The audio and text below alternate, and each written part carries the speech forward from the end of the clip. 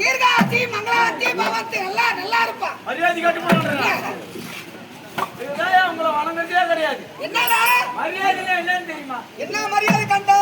நான் வணக்கத்தோடு வந்து உன்னை கண்டி மரியாதையா வந்தனம் புரியுறேன். வலது கரத்தில் ஆசீர்வாதம் பண்ணாம இடது கரத்தில் நீங்களாம் பூஜை சாப்பிடப்பட்டவள் ஆகியா நீங்க இந்த அக்னி ராக ஓடுகிறது. இதனால் ஆசீர்வாதம் செய்தா எரிஞ்சு சாப்பிடா போடுவோம். நானே புயு பூச்சி. ஆமா நீங்களா? நாங்களாம் தருவு சாப்பிடப்பட்டவள். அப்படி இருந்தாலும் பெருத்த சபை, இந்த பெருத்த சபையிலே வந்தவர் யார் என்று தெரிகிறதோ? ஆளு வந்துக்கிறீங்க. மொத்தம் பூகாரு. பூகாரா? நானா பூகடியா வச்சுக்கிறேன். வியாபாரம் பண்றீங்களா? டேய் மாறு கணக்கா மாயம் கணக்கா? டேய் அப்படிலாம் இல்ல. நான் யார் தெரியுதா? நான் அரதர்.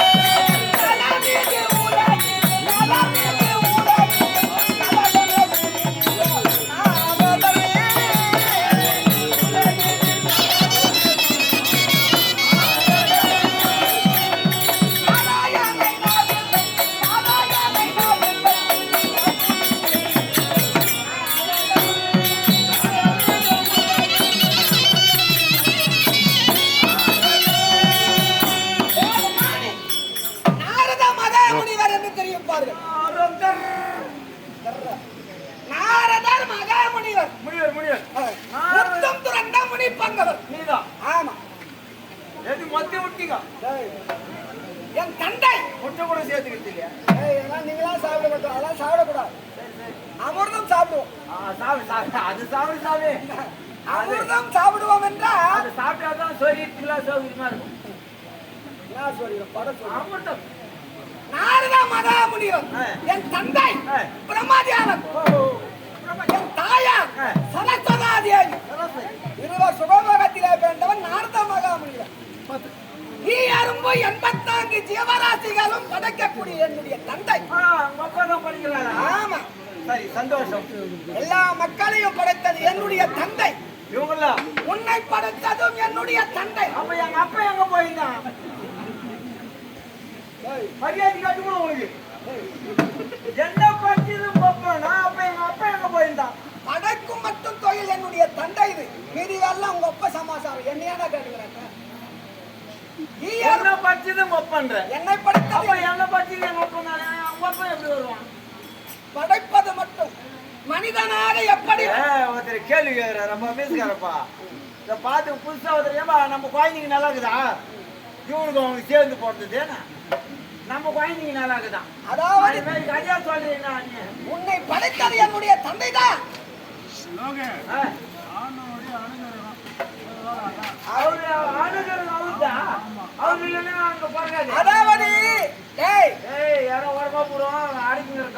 அதாவது தன்னுடைய விதியிலே எழுத வேண்டும் என்றால் ஒரு மனிதனாக பிறந்தால் குழந்தையா தாய் கர்ப்பத்திலே பிறக்கும் பொழுது என்னுடைய தந்தையானவர் எழுதுவார்.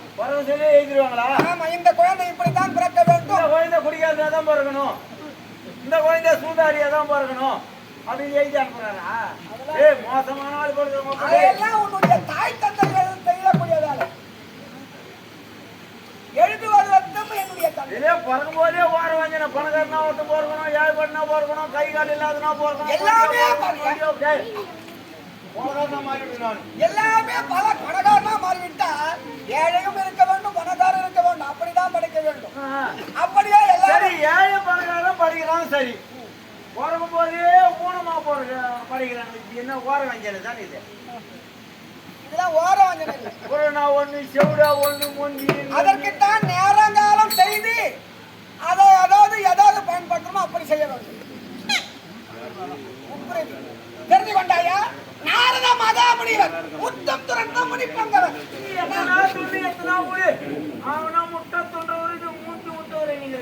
முனிப்பங்கவர் என்றால் தெரிவிக்கிறேன். ஆனால் செத்து போன மாதிரி இல்ல, அதெல்லாம் உங்களுக்கு தான் அப்படி இருக்கும். சுருங்கி போயிருமே. அதாவது நீங்கள் அதாவது ஏதோ நீங்க சாப்பிடுறீங்க ஆடி மாத திருவிழா வந்தா உங்களுக்கு எது வேணாலும் போடுறாங்க. அப்படி இருந்தாலும் நான் ஒரு நாளைக்காகிலும் கலகம் செய்யாவிட்டால் என்னுடைய சிரமானது 1000 துக்களா போக வேண்டும் என்று தட்சகன் சாபம் கொடுத்தான். அந்த சாப பிரகாரம் ஒவ்வொரு நாளும் ஒவ்வொரு கலகமும் செய்து கொண்டே வருகிறேன். ஒவ்வொரு நாளைக்கு ஒவ்வொரு கலகம். என்னுடைய சிரம் வெடிக்க கூடாது. ஆமா. ஆனா இந்தியா தினத்திலே உலகம் சுற்றி வந்தீர். முதல் முறையா கைலாயம் சென்றீர். உமா மகேஸ்வரனை கண்டீர். தாய் பார்வதாதேவி கண்டீர். அவரை அடிபணிந்தீர். அவர் பாதத்தில் விழுந்து தாத்தா பாட்டி என்று வணங்கினேன். அங்கு சுற்றி பார்த்தேன். அங்கு ஒரு கலகம் கிடைக்கிறது. ஆசீர்வாதம் கொடுத்திருப்பாங்களே. ஆசீர்வாதம் கொடுத்தார்கள். கையிலையும் கலகம் கிடைக்கிறது. அங்க இல்ல. பிறகு ஸ்ரீமன் நாராயணமூர்த்தியிலே சென்று அங்கே சுற்றி பார்த்து அவர் ஆசீர் பெற்று அங்கு ஒரு கலகம் கிடைக்கவில்லை. அங்க போன கைலாயத்திலும் கிடைக்கல. பிறகு சத்தியலோகம் சென்று அங்கு ஒரு கலகம் கிடைக்கல. அங்கு இல்ல. 3 லோகம் சுற்றி வந்தேன்.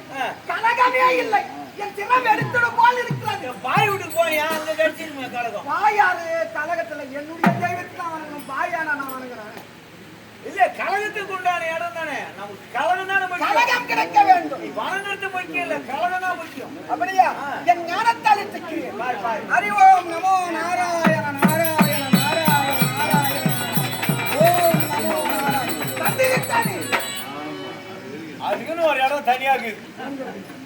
ஜாலியா போனீங்களே, அந்த பக்கம் போங்க. இன்னும் உட்காராதப்பா. அது இல்லப்பா, கலகம் வந்து விட்டார் என்று தெரிவிக்கின்றேன். கலகத்திற்கு உண்டான இடமும் வழியும் வந்தது. வந்து விட்டது. எங்கள் கலகம் புரியுது.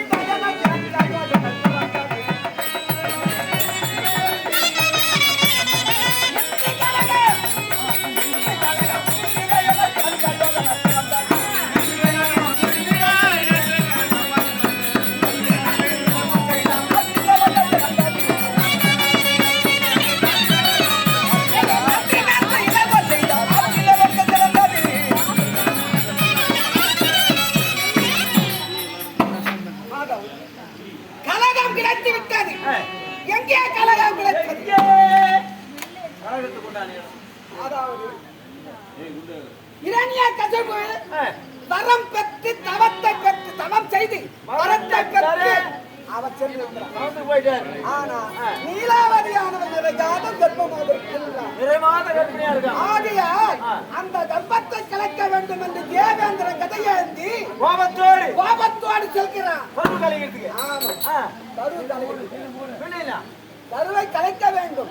தந்தையை இப்படி அக்கிரமம் செய்கின்றானே, ஈரும் 84 ஜீவராசிகளும் அவனுடைய அடக்கத்தை வைத்துக் கொண்டிருக்கிறார்கள். ஆவியால் கோபம் ரெண்டு தேவேந்திரன் கதையெடுத்து அவள் அருகில் இருக்கும் குழந்தையாக என்ன அக்கிரமம் செய்யோமோ அவர் செல்கிறார். அதற்குள்ளதாக நீ போறியா? நான் சென்று கூட சேர்ந்து நல்ல யோசனையும் நல்ல மந்திரத்தையும் உச்சரித்து தேவேந்திரனை மடக்கி அழைத்து செல்ல வேண்டும். அப்படியா? ஆமா. சரி, என்னுடைய வேலை உலகுமா மயிலை